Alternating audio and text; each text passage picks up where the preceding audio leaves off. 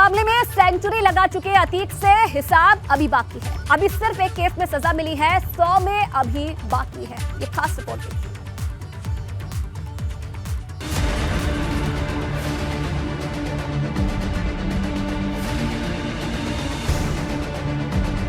इसको फांसी की सजा सुनाई जाए। मैं ये चाहूंगी कि मुख्यमंत्री जी इन्हें खत्म करें। अशरफ अतीक अहमद नहीं रहना चाहिए, चाहे जैसे भी हो।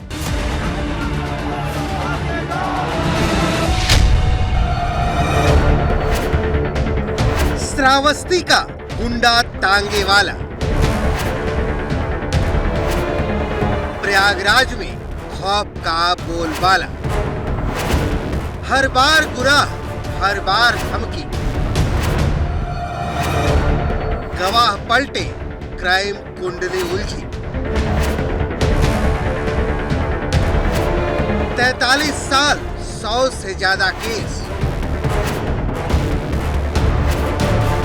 अब न्याय से सामना फेस टू फेस।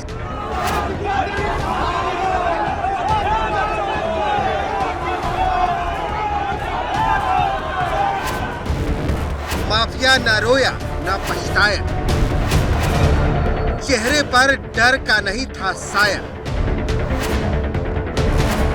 मंगलवार को शांत हुआ माफिया, पहले फैसले से शुरू हुआ काफिया। एक एक कर फूट रहा पाप का घड़ा।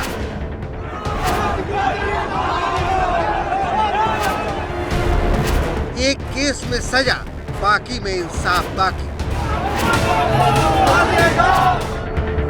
करीब 17 सालों बाद माफिया का राज बर्बाद। तो आज एक 17 साल पुराने मामले में फैसला आया। ये फैसला इसीलिए बहुत ही ज्यादा अहम है क्योंकि बीते 43 साल में माफिया अतीक पर 100 से ज्यादा मामले दर्ज हुए, लेकिन फैसला किसी में नहीं आया था। अब जाकर अतीक सहित 3 दोषियों को उम्र कैद की सजा हुई है।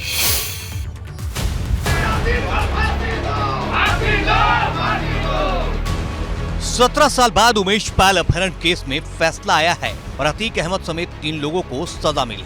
इस मामले में माफिया के भाई अशरफ सहित 7 लोगों को बरी कर दिया गया। अभियुक्तगण अतीक अहमद व दिनेश पासी को अंतर्गत धारा 364A/34/120 B, 341, 342, 504, 506 7 criminal law amendment act में दोषी सिद्ध किया गया। इसी प्रकार से खान सौलत उर्फ हनीफ को अंतर्गत धारा 364A/120 बी में दोषी सिद्ध किया गया। इसमें अतीक अहमद और दिनेश पासी को 364A में आजीवन सश्रम कारावास व 5-5 हजार रुपए अर्थदंड से दंडित किया गया है। उमेश अपहरण मामले में अतीक को आईपीसी की 7 धाराओं में दोषी करार दिया गया। माफिया के साथ उसका वकील शौकत हनीफ और दिनेश पासी को उम्र कैद की सजा हुई और तीनों पर 1-1 लाख का जुर्माना लगाया है। जुर्माने के ये पैसे उमेश पाल के परिवार को मिलेंगे। इधर अतीक के वकीलों ने कहा है कि वे हाईकोर्ट में अपील करेंगे। 3 लोगों को सिद्ध दोष किया गया है, जिसमें एक सरश्री अतीक अहमद, सरश्री दिनेश पासी और खान सौलत हनीफ को। उसके पश्चात इनको सजा सुनाई गई है। सजा जो सुनाई गई है 364A के अंतर्गत आजीवन कारावास की। अधिकतम सजा वही है। दंड प्रक्रिया संहिता में ये दिया गया है, विकल्प की आदेश के खिलाफ पुनर्वाद होता है, अपील होती है। हाईकोर्ट में होगा ही और कहीं दूसरी जगह अपील नहीं हो सकती। जब तक सिद्ध दोष अंतिम नहीं हो जाता है, तब तक वह व्यक्ति निर्दोष होता है कानून की निगाह में। कोर्ट ने इस केस को rare of the rarest case नहीं माना है। इस वजह से माफिया अतीक अहमद और अन्य को फांसी की सजा नहीं दी गई है। ये वही मामला है जिसमें गवाही देकर लौटते समय उमेश पाल की दिन दहाड़े हत्या कर दी गई। अपहरण केस में इसको आजीवन कारावास हुआ है, लेकिन बाद में मेरे बेटे का मर्डर हुआ। मेरा बेटा कलम की लड़ाई लड़ता था, बम गोली की नहीं लड़ता था। इसलिए कलम की लड़ाई को उल्लंघन करके काले कोट खाकी वर्दी की बेइज्जती कर दी।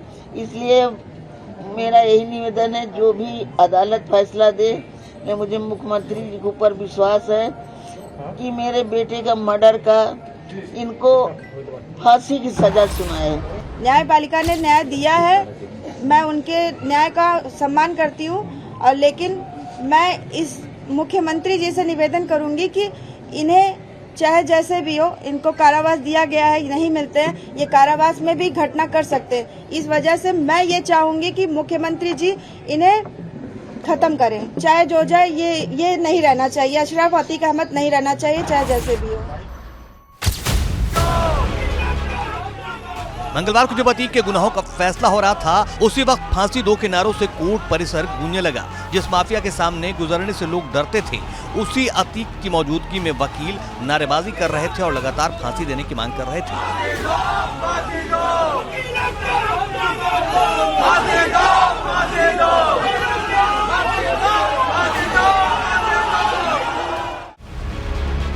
प्रयागराज में अतीक के खिलाफ लोगों में कितना गुस्सा है, इसे इस बात से समझा जा सकता है कि एक शख्स जूतों की माला लेकर कोर्ट पहुंच गया था।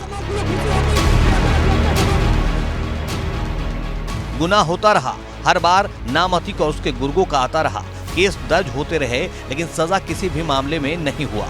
उमेश अपहरण केस पहला मामला है जिसमें अतीक अहमद को सजा हुई है। तो उम्र कैद और जुर्माने का फैसला अतीक अहमद के लिए बड़ा झटका माना जा रहा है। माफिया के खिलाफ दर्ज 100 से ज्यादा मामलों में किसी भी मामले में अब तक फैसला नहीं हुआ था। आपको बताते हैं कि आखिर मामला क्या था।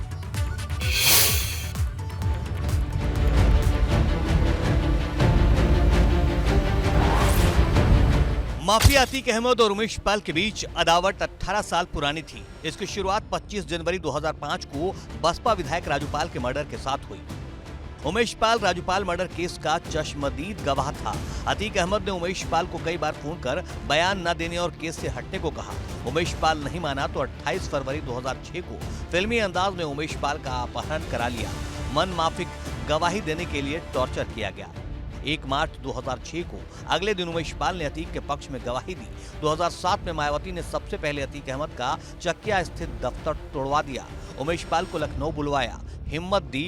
उमेश पाल ने 1 साल बाद 5 जुलाई 2007 को अतीक अहमद, उसके भाई अशरफ समेत 10 के खिलाफ रिपोर्ट दर्ज कराई। उमेश ने ठान लिया था कि अतीक के टॉर्चर का बदला लेगी। उमेश पाल की तहरीर पर धूमनगंज थाने में बलवा, मारपीट, धमकी देना, गाली गलौज करना, साजिश करना और 7 क्रिमिनल लॉ अमेंडमेंट एक्ट के तहत मामला दर्ज हुआ था।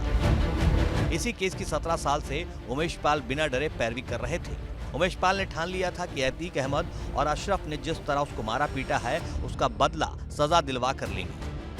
यही कारण है कि उमेश पाल हर तारीख पर खुद मुकदमे की पैरवी के लिए जाते थे। कई बार उसे धमकी भी दी गई, हमला हुआ, केस वापस लेने को कहा गया, लेकिन उमेश बिना डरे पैरवी करते रहे।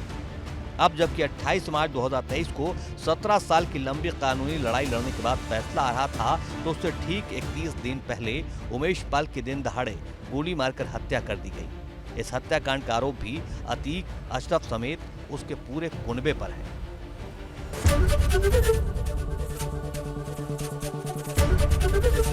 एबीपी गंगा, खबर आपकी, जुबान आपकी।